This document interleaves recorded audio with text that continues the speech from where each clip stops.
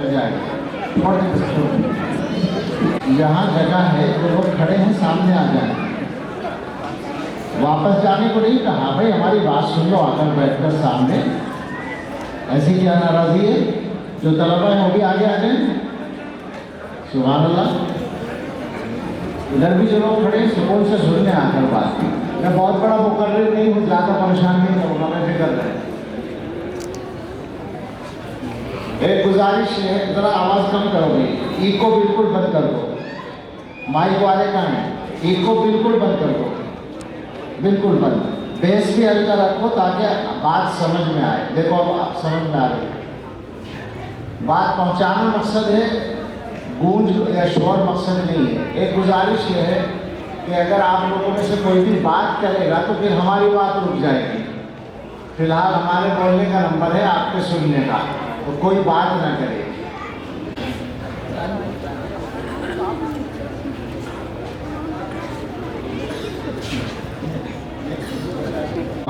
سیدنا و نبینا و شفیعنا و مولانا محمد و آلہ و اصحابہ اجمعین. اما بعد فاعوذ باللہ من الشیطان الرجیم. بسم اللہ الرحمن الرحیم. اهدنا الصراط المستقیم صراط الذین انعمت علیہم غیر المغضوب علیہم ولا الضالین. صدق اللہ العظیم. عن ابی ذر الغفاری رضی اللہ تعالی عنہ عن رسول اللہ صلی اللہ علیہ وسلم عن اللہ عز وجل يقول الله تعالى يا عبادي إني حرمت الظلم على نفسي وجعلته بينكم محرما فلا تظالموا. الحديث أو كما قال عليه الصلاة والسلام اللهم صل على سيدنا محمد وآله وأصحابه وبارك وسلم. آواز تیز کرنا مقصد نہیں ہے بھائی، صاف کرنا مقصد ہے. صاف کر دو، ہلکی کر دو. تاریخ نے پوچھا اے لوگوں یہ دنیا کس کی دنیا ہے؟ دنیا میں صحیح کام بھی ہوا ہے اور غلط کام بھی ہوا ہے. کیا ہونا چاہیے اور کیا نہیں ہونا چاہیے اس کا خلاصہ ہے یہ. تاریخ نے پوچھا اے لوگوں یہ دنیا کس کی دنیا ہے؟ شاہی نے کہا، بادشاہت کنگڈم. شاہی نے کہا یہ میری ہے، اور دنیا نے یہ مان لیا. پھر تخت بچھے، ایوان سجے، گھڑیال بجے، دربار لگے، تلوار چلی اور خون بہے. انسان لڑے، انسان بکے. دنیا نے آخر شاہی کو پہچان لیا. تاریخ نے پوچھا پھر لوگوں یہ دنیا کس کی دنیا ہے؟ دولت نے کہا یہ میری ہے. دولت کا مطلب ہے سرمایہ دارانہ نظام جو کیپٹلزم کہلاتا ہے. دولت نے کہا یہ میری ہے اور دنیا نے یہ مان لیا. پھر بینک کھلے، بازار جمے، بیوپار بڑھے، انسان لٹے، انسان بکے، آرام اڑے، سب چیخ اٹھے. دنیا نے آخر دولت کو پہچان لیا. تاریخ نے پوچھا پھر لوگوں یہ دنیا کس کی دنیا ہے؟ ایک نظام اور تھا، کمیونسٹوں کا نظام. تاریخ نے پوچھا پھر لوگوں یہ دنیا کس کی دنیا ہے؟ محنت نے کہا یہ میری ہے اور دنیا نے یہ مان لیا. پھر روح دبی، پھر پیٹ بڑھے، افکار سڑے، کردار گرے، ایمان لٹے، اخلاق جلے، انسان میرے حیوان بنے. دنیا نے آخر محنت کو پہچان لیا. تاریخ میں پوچھا پھر لوگوں یہ دنیا کس کی دنیا ہے؟ مومن نے کہا اللہ کی ہے، اور دنیا نے یہ مان لیا۔ پھر قلب و نظر کی صبح ہوئی، ایک نور کی لے سی پھوٹ بہی، ایک خودی کی آنکھ کھلی، فطرت کی صدا پھر گونج اٹھی۔ دنیا نے آخر آقا کو پہچان لیا، پہچان لیا۔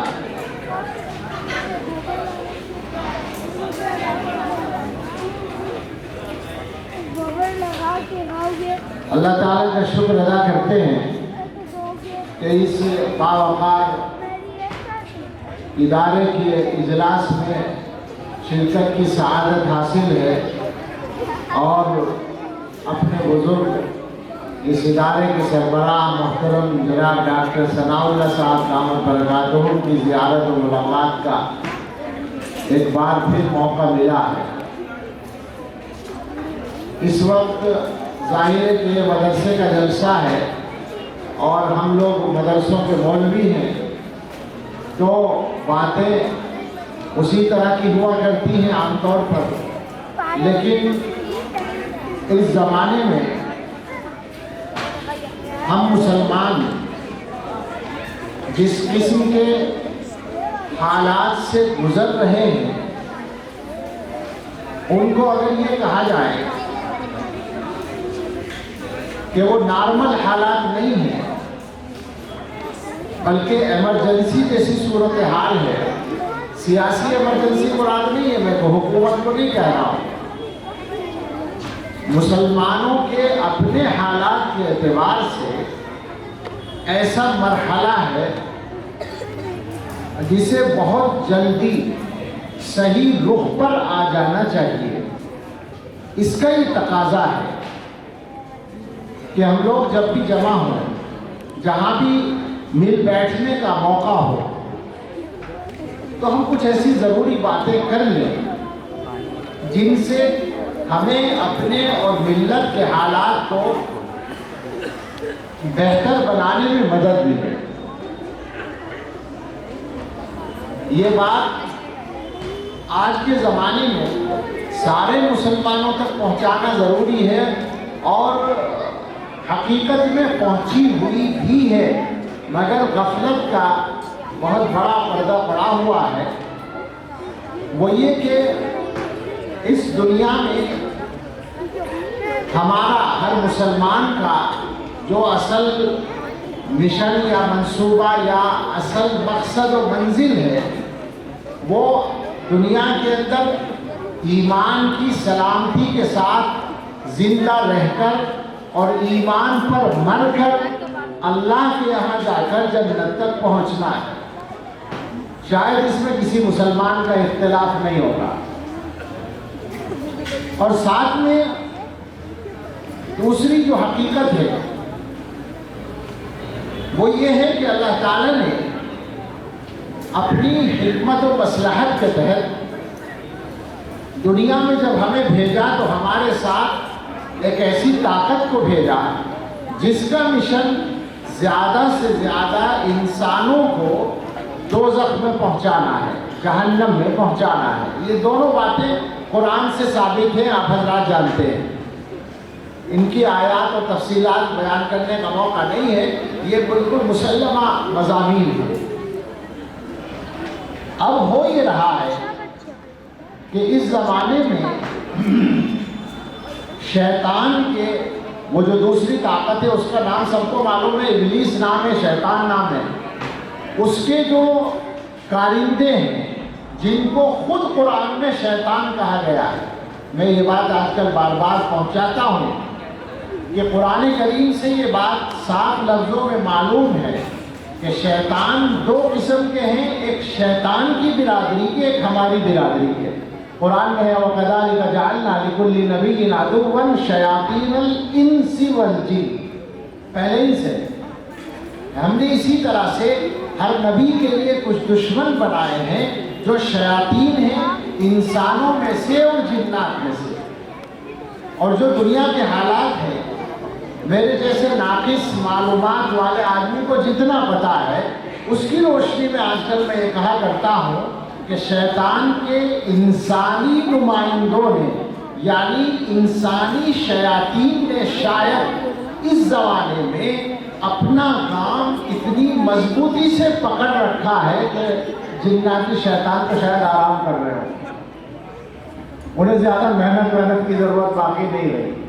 انسانی شیطان اتنے زیادہ مضبوط اور مستعد ہیں اپنے مشن میں، بالکل سادہ لفظوں میں اور صاف لفظوں میں، کوئی راز نہیں ہے اور کسی پر کوئی الزام نہیں ہے کہ امریکہ سے لے کر ہندوستان تک وہ طاقتیں جن کی مرضی کے بغیر سبب کی دنیا کی بات کر رہا ہوں، مجھے معلوم ہے ایمان ہے اللہ کی مرضی کے بغیر کچھ نہیں ہوتا، لیکن سبب کے اعتبار سے دنیا کے اعتبار سے ان طاقتوں کی مرضی کے بغیر پتہ نہیں ہلتا۔ ان طاقتوں کا یہ مشن ہے اور اس مشن میں اس کے منصوبوں میں رنگ بھرنے میں وہ بہت مستعدی کے ساتھ مصروف ہیں کہ دنیا میں یہ طبقہ جو اپنے آپ کو مسلمان کہتا ہے، جو حضرت محمد رسول اللہ صلی اللہ علیہ وسلم کا نام لیتا ہے، جو اللہ کا نام لیتا ہے، اس کو اس کے راستے سے ہٹانا ہے، اور ہٹانے کے لیے کون سا ذریعہ اختیار کیا جائے اس میں کوئی قید نہیں ہے، ہر جائز اور ناجائز ذریعہ اس کے لیے استعمال کیا جائے گا۔ بہت پرانے زمانے سے اس طریقے کا استعمال چل رہا ہے تعلیم کا، تعلیم کے راستے کو انہوں نے بہت پہلے سے استعمال کیا ہے۔ ہندوستان کے اندر مغلوں کی حکومت کے باقی رہتے ہوئے یعنی 1857 سے پہلے مشن اسکول انگریزوں کے کام کر رہے تھے عیسائیوں کے، اور حد یہ ہو گئی تھی، آپ نے پڑھا ہوگا شاید کہ مولانا رحمت اللہ کیرانی رحمت اللہ علیہ جنہوں نے عیسائیت کے تردید میں سب سے بڑا نام کمایا اللہ کی توفیق سے، وہ یہاں سے جب ہجرت کر کے 1858 میں مکہ مکرمہ پہنچ گئے تو انہوں نے اپنے گھر خط لکھا کہ میرے بھائی کا پوتا محمد سعید 10-12 سال کا بچہ تھا، میں چھوڑ کر آیا تھا اس کو، اب وہ کیا پڑھ رہا ہے مجھے بتایا جائے۔ تو جواب یہ پہنچا کہ سعید کا جو باپ ہے آپ کا بھتیجا وہ امبالہ میں ملازم ہے، بچہ اپنے باپ کے ساتھ نہیں رہتا ہے اور وہاں کے مشن اسکول میں پڑھتا ہے۔ تو حضرت نے لکھا کہ جس عیسائیت کی تردید میں میں نے اپنا سب کچھ قربان کر دیا، میرے گھر کا بچہ انہی کے گود میں پہنچ گیا، اس بچے کو یہاں بھیجو مکہ مکرمہ میں اس کی تربیت کروں گا۔ یہی وہ بچہ تھا جس نے مدرسہ سولتیہ قائم کیا تھا، مولانا محمد سعید رحمۃ اللہ علیہ۔ تو یہ ان کا راستہ تعلیم والا بہت پرانا ہے، اور اس راستے سے مجھ سے زیادہ آپ جانتے ہوں گے، علی گڑھ میں بیٹھا ہوں پورے ہندوستان میں ہندوستان کے اکثر حصوں میں گیا ہوں، مجھے کوئی علاقہ نہیں ملا جہاں ان کے آج کے زمانے میں اسکول قائم نہ ہو۔ ایک اسکول 5-5, 7-7, 10-10 ہزار بچوں، اسکول کی بات کر رہا ہوں، کالج کی نہیں۔ ہمارے علاقے میں ایسے اسکول جن میں 7-7 ہزار بچے پڑھتے ہیں، اور میں اپنی معلومات کی بنیاد پر ذمہ داری سے یہ بات کہتا ہوں کہ ان کے اسکول تعلیمی مشن نمبر 2 پر ہیں، تبلیغی مشن نمبر 1 پر ہے۔ اب عجیب بات یہ ہو گئی کہ ہمارے ہندوستان کے جو ہمارے ہم وطن ہیں، برادران وطن، جن کے ہاتھ میں آج کا اقتدار ہے، اس میں سے وہ طبقہ جو ایک خاص ذہنیت رکھتا ہے، جس کے ہاتھ میں اس وقت حکومت ہے، اس نے بھی وہ طریقہ سیکھ لیا ہے۔ لہذا اب نیو ایجوکیشن پالیسی آپ نے پڑھی ہوگی، بہت سے حضرات سے وہ میری بات کی تصدیق کریں گے کہ جو مشن عیسائیوں نے، انگریزوں نے بہت پہلے تعلیم کے راستے سے اپنایا تھا، ہماری حکومت نے ہندو مذہب کے حوالے سے اس کو اپنانا شروع کر دیا ہے۔ تعلیمی پالیسی کو پورے طور سے ہندوانہ رنگ میں رنگ دیا گیا ہے، اور اب یہ بندہ عاجز چھوٹا منہ بڑی بات آج کل یہ کہنے پر مجبور ہوتا ہے کہ ایسا وقت آ رہا ہے کہ آپ اپنے بچوں کو اسکول میں بھیجنے پر مجبور ہوں گے، مگر جب بچہ اسکول سے پڑھ کے آئے گا روزانہ تو آپ کہیں گے بچے سے کہ بیٹا کلمہ پڑھ لو، پتہ نہیں تمہارا ایمان باقی ہے یا ختم ہوا۔ ایسے حالات بالکل سامنے ہیں، یہ کوئی راز بھی نہیں ہے، کوئی الزام بھی نہیں ہے، وہ تو یہ کام اپنا کارنامہ سمجھ کے کر رہے ہیں۔ یہ ایک راستہ ہے، اس کے علاوہ بہت کچھ ہو رہا ہے۔ ایمان کے معاملات میں تشکیک پیدا کرنے کا کام اللہ کے بارے میں، رسول کے بارے میں، اسلام کے بارے میں، اسلام کے احکام کے بارے میں، الگ الگ مسائل کے بارے میں تھوڑی مختصر بات کرنا چاہتا ہوں، اس لیے جلدی جلدی بول رہا ہوں، اشارے کر رہا ہوں، آپ لوگ سمجھ رہے ہیں۔ اس وقت کے جو ذرائع ابلاغ ہیں، سوشل میڈیا جس میں سر فہرست ہے، اس کا استعمال سب سے زیادہ اس زمانے میں ہر زبان میں انگریزی میں نہیں جانتا مگر میں عربی جانتا ہوں، عربی جو مسلمانوں کی زبان ہے، اسلام کی زبان ہے، قرآن کی زبان ہے، اس میں یہ کام دھڑلے سے ہو رہا ہے، تو دوسری زبانوں کا کیا حال ہوگا؟ پکا ہے۔ پوری دنیا کے اندر تشکیک پیدا کی جا رہی ہے، اور آج صورتحال یہ ہے کہ میں اپنے تجربے کی روشنی میں یہ دعویٰ کر سکتا ہوں کہ یہ مجمع جو میرے سامنے بیٹھا ہے، یہ ایمان والوں کا مجمع، یہ داڑھی ٹوپی والوں کا مجمع، یہ دین سے محبت کرنے والوں کا مجمع، یہ علماء سے تعلق رکھنے والوں کا مجمع، اس میں 20-50 آدمی میں ایسے نکال دوں گا جن کے دماغوں میں شک کا کیڑا بیج کر چکا ہے، پہلے شک کا کیڑا اپنے بیج بو چکا ہے۔ چھوٹی چھوٹی مجلسوں میں 1-2 آدمی مل جاتے ہیں جن کے دلوں میں شک ہے، اللہ ہی کے بارے میں شک ہے، یا اسلام کے بارے میں، یا حضرت محمد صلی اللہ علیہ وسلم کے بارے میں۔ یہ پورا ایک مشن ہے جو چل رہا ہے دنیا کے اندر۔ اس کے علاوہ ایک اور پہلو ہے، یعنی ایمانیات اور عقیدے سے ہٹ کر اگر بات کریں تو عمل کے تعلق سے دنیا کے اندر برائی پھیلانے کے لیے، فحاشی پھیلانے کے لیے جو کام ہو رہا ہے، میں نہیں مان سکتا کہ دنیا کی طاقتیں اور دنیا کی حکومتیں اس کو روکنے کے بارے میں واقعتاً سنجیدہ یا مخلص ہے، میری سمجھ میں کبھی نہیں آ سکتا، اس لیے کہ میں یہ بات جانتا ہوں کہ دنیا کے لاکھوں آدمی، کروڑ بھی ہو سکتے ہیں، لیکن لاکھوں آدمی تو باقاعدہ مشغلہ، ان کا ذریعہ معاش ہی ہے دنیا کے اندر گندی چیزوں کو پھیلانا۔ آپ لوگ مجھ سے زیادہ نیٹ کو جانتے ہوں گے، نیٹ پر لاکھوں سائٹس ہیں جو فحش فلمیں اپلوڈ کرتی ہیں۔ ظاہر بات ہے کہ ایک سائٹ چلانے کے لیے 2, 4, 10, 5 آدمی تو بارہ چاہیے ہوتے ہیں۔ اس کا مطلب یہ ہے کہ بڑی تعداد ہے جو اس کام میں لگی ہوئی ہے اور کھل کر رہی ہے یہ کام، اس کو کوئی روکنے والا نہیں ہے۔ بہت ساری چیزیں ہیں، ان سارے حالات میں اپنے ایمان کو بچانا، اپنے بچوں کے ایمان کو بچانا، اپنے مستقبل کو بچانا، اور سب کا خیر و عافیت کے ساتھ ایمان کی حالت میں دنیا سے رخصت ہو کر جنت میں پہنچنا، یہ ہمارا سب سے بڑا مسئلہ ہے۔ ہمارا سب سے بڑا مسئلہ روزگار نہیں ہے۔ روزگار کے لیے ہمارے سامنے مسائل پیدا کیے گئے ہیں، رکاوٹیں کھڑی کی گئی ہیں، مگر بحیثیت مسلمان 2 باتوں پر ہمارا ایمان ہے۔ ایک تو یہ کہ جو رزق مقرر ہے اس کو کوئی روک نہیں سکتا، دوسرے یہ کہ ہمیں شریعت نے اپنے حصے کا کام کرنے کا پابند کیا ہے، تو روزی کمانے کے لیے ہمیں اپنی محنت کرنی ہے۔ آگے رکاوٹیں جو بھی ہوں وہ اپنی جگہ ہیں، لیکن ہمارا مقدر ہمیں ملے گا، لہٰذا روزگار کا تو مسئلہ ہی نہیں رہتا۔ مسلمان کے سامنے اصل مسئلہ مسلمان بننے کا ہے، صحیح مسلمان بننے کا ہے۔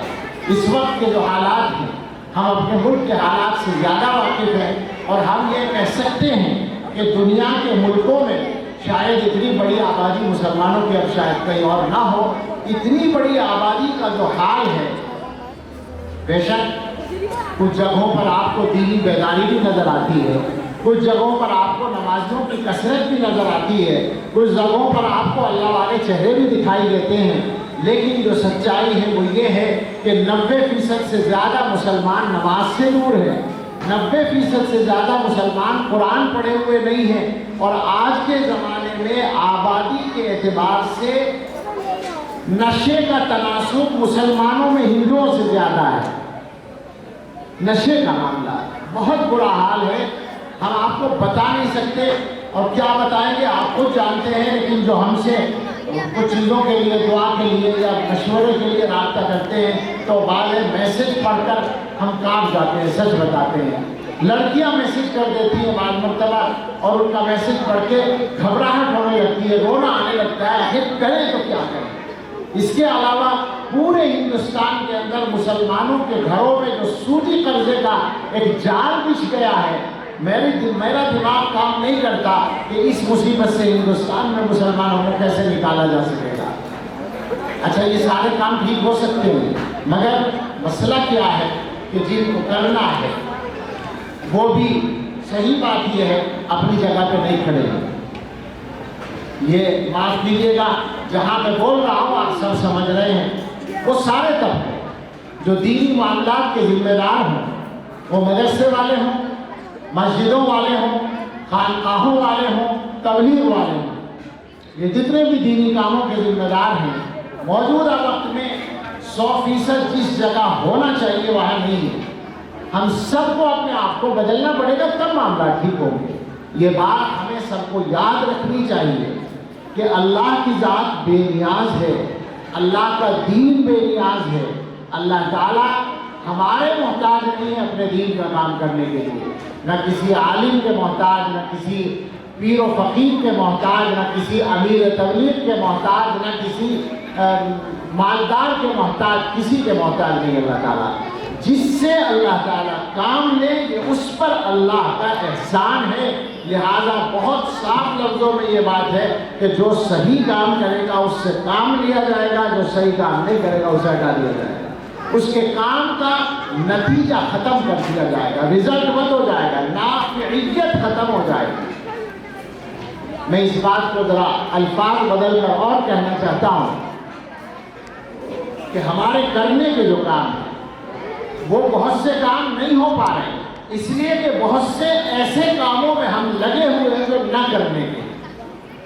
علماء سے جب بھی میری بات ہوتی ہے، مہینے میں 2-4 دفعہ کہیں نہ کہیں علماء کے ساتھ میٹنگ ہوتی ہے، تو میں گزارش یہ کرتا ہوں کہ بھائی ہمارے کرنے کے بہت سارے کام ہیں مگر ان میں سے بہت پا رہے ہیں اس وجہ سے کہ بہت سے نہ کرنے کے کاموں میں ہم لگے ہوئے ہیں. بہت زیادہ کھل کر کہنے کا موقع نہیں ہے اور مجمع بھی مشترک ہے، اس لیے میں اپنی بات کو تھوڑا سا اسی مضمون کو دوسرے انداز سے کہنے کے لیے حدیث کا سہارا لیتا ہوں. میں نے ایک حدیث کا چھوٹا سا ٹکڑا پڑھا تھا. یہ حدیث میں آج کل 1-1.5-2 سال سے تقریباً ہر جگہ سنانے کی کوشش کرتا ہوں. اس سے بھی کچھ معاملات کو سمجھنے میں اور معاملے کو ٹھیک کرنے میں مدد مل سکتی ہے اگر ہم چاہیں. یہ حدیث قدسی ہے جس میں اللہ تعالیٰ اپنے بندوں سے خود مخاطب ہوتے ہیں، یعنی قرآن کے الفاظ نہیں ہیں مگر خطاب اللہ تعالیٰ کا ہے. حضرت ابو ذر غفاری رضی اللہ تعالیٰ عنہ کی روایت ہے، وہ رسول اکرم صلی اللہ تعالیٰ علیہ وسلم سے نقل کرتے ہیں اور وہ اللہ تعالیٰ سے نقل کرتے ہیں. حضور تو سب کچھ اللہ ہی سے نقل کرتے ہیں لیکن یہاں اللہ کی طرف سے ہی مخاطب ہیں. اللہ تعالیٰ اپنے بندوں سے فرماتے ہیں، یا عبادی، اے میرے بندوں سے مخاطب ہے پروردگار، اے میرے بندو، انی حرمت الظلم، میں نے اپنے اوپر ظلم حرام کر رکھا. سچی بات یہ ہے کہ اس حدیث کا جو یہ ٹکڑا ہے اگر اسی پر تفصیل سے گفتگو کی جائے تو ہماری نصیحت و عبرت کے لیے کافی ہے، مگر ظاہر ہے اس کا موقع بھی اس وقت مجھے نہیں رہا. میں بس اشارہ ہی کرتا ہوں. ایک بات تو یہ ہے کہ اللہ تعالیٰ اپنے بارے میں فرما رہے ہیں کہ میں نے اپنے اوپر ظلم حرام کیا ہے، حالانکہ اللہ تعالیٰ مالک ہیں، خالق ہیں. کم سے کم ایمان والے تو اس کو مانتے ہی ہیں، اور جو مالک ہوتا ہے اس کو اختیار ہوتا ہے جو چاہے کرے. اللہ تعالیٰ اگر کافروں کو جنت میں بھیج دے، مسلمانوں کو جہنم میں بھیج دے، یہ بھی ظلم نہیں ہوگا، اس لیے کہ کافر بھی اللہ کے، مسلمان بھی اللہ کے، جنت بھی اللہ کی، جہنم بھی اللہ کی.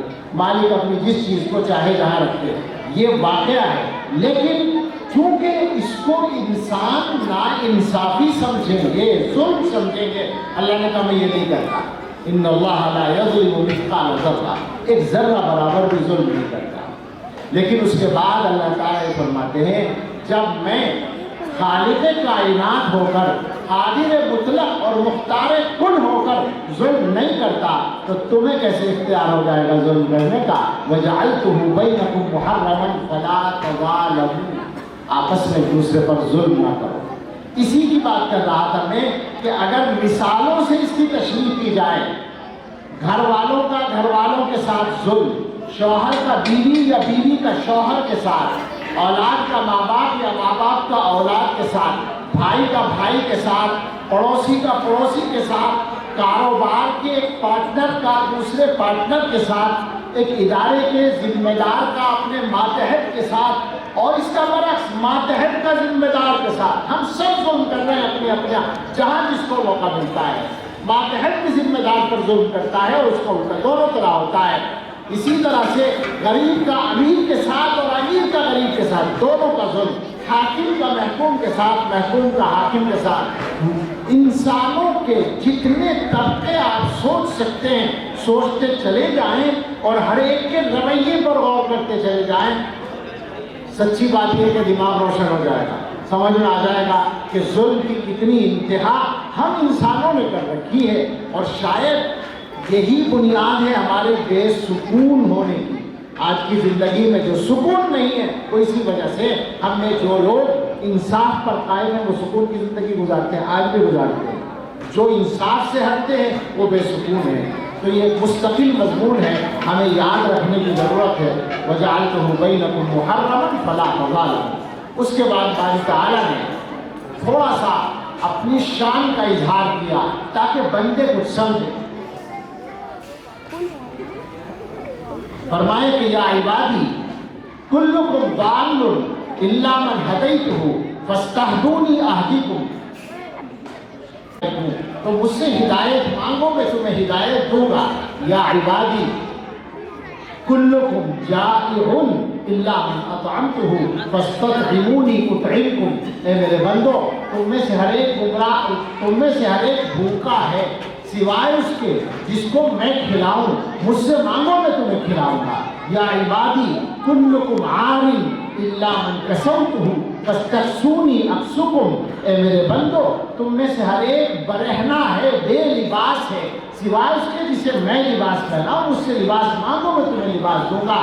یا عبادی انکم تخطئون باللیل والنہار وانا اغفر الذنوب جمیعا فاستغفرونی اغفر لکم، اے میرے بندو تم دن رات گناہ کرتے ہو اور میں سارے گناہ بخشنے کے لیے تیار ہوں، مجھ سے معافی مانگو، مجھ سے مغفرت مانگو، میں تمہاری مغفرت کروں گا۔ اس کے بعد فرمایا کہ تم جانتے ہو میں کون ہوں۔ یا عبادی لو ان اولکم وآخرکم وانسکم وجنکم کانوا علی اتقى قلب رجل واحد منکم ما زاد ذلک فی ملکی شیئا، اے میرے بندو اگر تم میں سے شروع سے لے کر آخر تک کے تمام لوگ، تمام انسان، تمام جنات، سب کے سب تم میں سب سے بڑے متقی آدمی کی طرح بن جائیں۔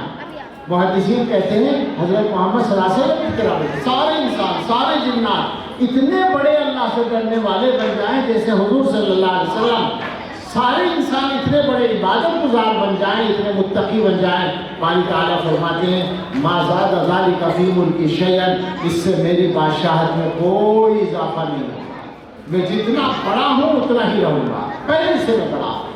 وَلَوْ أَنَّ أَوَّلَكُمْ وَآخِرَكُمْ وَإِنسَكُمْ وَجِنَّكُمْ كَانُوا عَلَىٰ أَفْجَرِ قَلْبِ رَجُلٍ مِّنكُمْ، اگر یہ سارے لوگ، سارے انسان، سارے جنات تم میں جو سب سے بڑا نافرمان ہے، محدثین کہتے ہیں ابلیس، سارے شیطان بن جائیں، سارے اللہ کے باغی بن جائیں، سب اللہ سے بغاوت کر دیں، ما نقص ذلک من ملک شیئا، میری بادشاہت میں کوئی کمی نہیں آئے، میں جتنا بڑا ہوں اتنا ہی رہوں گا۔ اور اس کے بعد فرمایا کہ تم جانتے ہو میرے پاس کیا ہے اور کتنا ہے۔ یہ سارے کے سارے اول و آخر جن و انس قاموا فی صعید واحد، سب لوگ ایک میدان میں کھڑے ہو جائیں، اربوں خربوں پتہ نہیں کتنے بنیں گے شروع سے آخر تک کے لوگ، تو سارے ایک میدان میں کھڑے ہو جائیں، فسألونی، اور سب مجھ سے مانگیں، سوال کریں جو انہیں چاہیے، فأعطیت کل واحد مسألتہ، جو آدمی جو کچھ مانگے میں اس کو دے دوں، سب کو دے دوں، ہر ایک نے جو مانگا اس کو دے دیا۔ تو کیا خیال ہے میرا کتنا خزانہ خرچ ہو جائے گا؟ فرمایا ما نقص ذلک مما عندی الا کما ينقص المخيط اذا ادخل البحر، اس کو ان سب کو دینے کے بعد خربوں خرب انسانوں کو ان کی خواہش کے مطابق دینے کے بعد میرے خزانے میں اگر کوئی کمی تم کہہ سکو اس کو کمی آئے گی تو ایسی آئے گی جیسے سمندر میں سوئی ڈال کر نکال لی جائے، گلاس میں سوئی ڈال کر نکالو تو کوئی کمپیوٹر بتائے گا کچھ کم ہوا ہے،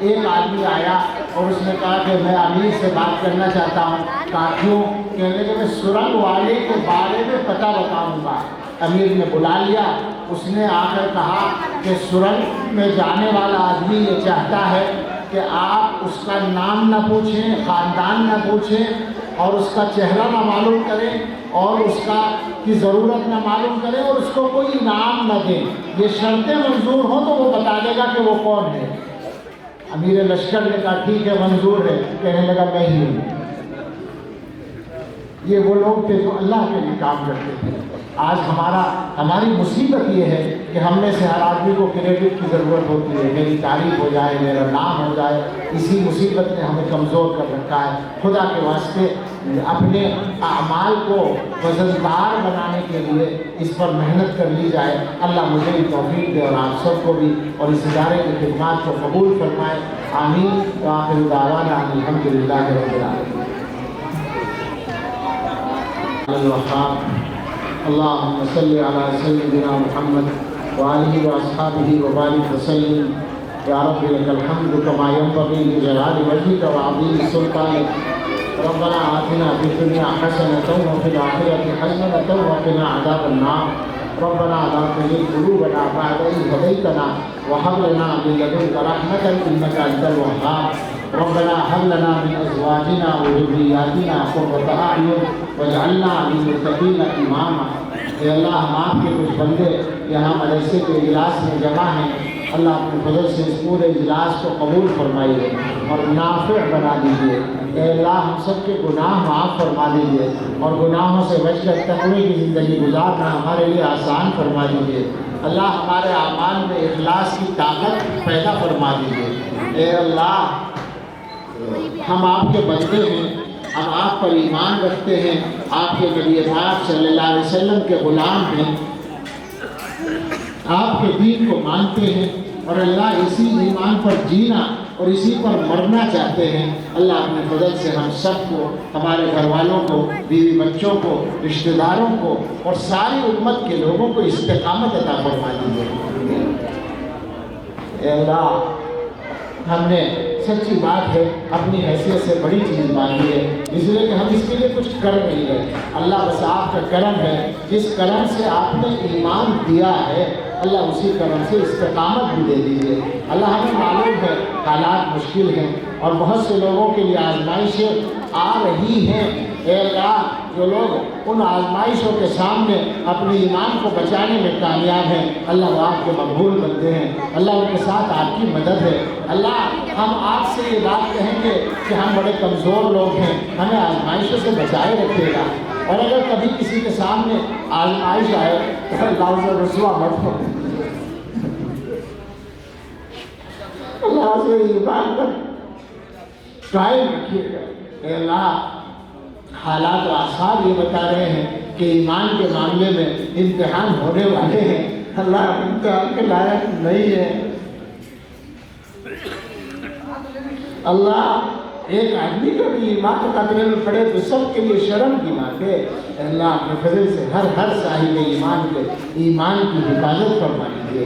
اللہ جان و مال کی حفاظت فرمائیے، عزت و آبرو کی حفاظت فرمائیے، گھر بار آل اولاد و کاروبار کی حفاظت فرمائیے. اللہ اس ملک میں ہر صاحب ایمان کو امن و استحکام عطا فرمائیے. جو قانونی کارروائیاں چل رہی ہیں ان کو اصحاب ایمان کے لیے مزید استحکام و استقامت کا ذریعہ بنا دیجیے. کہ اللہ دنیا کے مختلف ملکوں میں دینی تعلیم کی راہ میں رکاوٹیں آ رہی ہیں، اللہ وہ رکاوٹیں دور فرما دیجیے اور ہر مسلمان کو دین سیکھنے کی توفیق عطا فرما دیجیے. اللہ ہم میں جو بے روزگار ہیں انہیں بابرکت حلال روزگار دے دیجیے. اللہ جو بے اولاد ہیں انہیں اچھی اولاد عطا فرما دیجیے. اے اللہ جن کے سامنے کوئی اور ضرورت اور کام ہے سب کی ضرورتیں اور سب کے کام آسان فرما دیجیے. اللہ دینی کاموں میں اور ہمارے ذاتی کاموں میں اپنی مدد شامل فرما دیجیے۔ اے اللہ تمام مسجدوں کی، تمام مدرسوں کی، تمام معتبر خانقاہوں کی، دعوت و تبلیغ کے کام کی، تمام ملی تنظیموں کی اور دین کے ہر صحیح کام کی حفاظت فرمائیے۔ اے اللہ تمام حکام دین کی حفاظت فرمائیے۔ اللہ تمام شعائر دین کی حفاظت فرمائیے، تمام علامات دین کی حفاظت فرمائیے۔ اللہ ہمیں معلوم ہے آپ کی ذات بے نیاز ہے، محتاج ہم ہیں، مگر آپ کو اپنے بندوں سے محبت کو یقیناً ہے۔ اللہ آپ اپنے بندوں پر مہربان تو بہت زیادہ ہے۔ اللہ ہم آپ سے مانگ رہے ہیں اور ہمارے پاس مانگنے کے لیے آپ کے در کے علاوہ کوئی اور در نہیں ہے۔ اللہ اپنے گھر سے عطا فرما دیجیے۔ اللہ ہم اپنے لیے، اپنے گھر والوں کے لیے اور ساری امت کے لیے ایمان پر استقامت مانگتے ہیں۔ اے اللہ عطا فرما دیجیے۔ اللہ ہم ساری امت کے لیے، اپنے متعلقین کے لیے بھی اور ہر صاحب ایمان کے لیے ہر خیر کا سوال کرتے ہیں، عطا فرما دیجیے۔ ہر شر سے پناہ چاہتے ہیں، اپنی پناہ میں لے لیجیے۔ اللہ ہمارے جمع ہونے کو قبول فرمائیے، اس ادارے کو قبول فرمائیے، تمام خدام ادارہ کی، تمام طلباء و اساتذہ کی، تمام معاونین کی حفاظت فرمائیے۔ اے اللہ ہم سب کے لیے اور پوری امت کے لیے آنے والے وقت کو گزرے وقت سے بہتر بنا دیجیے اور سب سے بہتر ہم سب کے آخری وقت کو بنا دیجیے اور اپنے فضل و کرم سے ہماری دعائیں قبول فرما لیجیے۔ ربنا تقبل منا انک انت السمیع العلیم وتب علینا انک انت التواب الرحیم وصلی اللہ علی سیدنا محمد وآلہ واصحابہ اجمعین۔ محترم خواتین و حضرات، آج